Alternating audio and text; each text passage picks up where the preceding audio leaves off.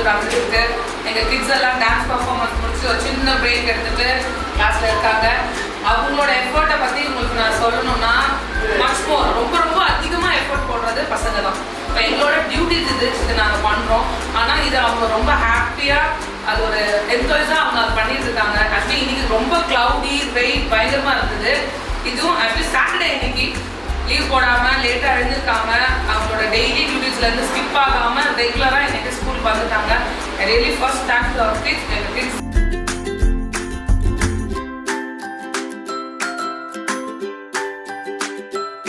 அதே மாதிரி பேரண்ட்டை வந்து இன்னைக்கு சாட்டர்டே ஸோ பசங்க லீவு அப்படின்னு பொறுமையாக இருந்து பசங்களை கலப்பாங்க. நாங்கள் போட்ட மெசேஜ் கரெக்டாக ஒபே பண்ணி அவங்க கோஆப்ரேட் பண்ணாங்க. அவங்களுக்கு பெரிய தேங்க்ஸ்.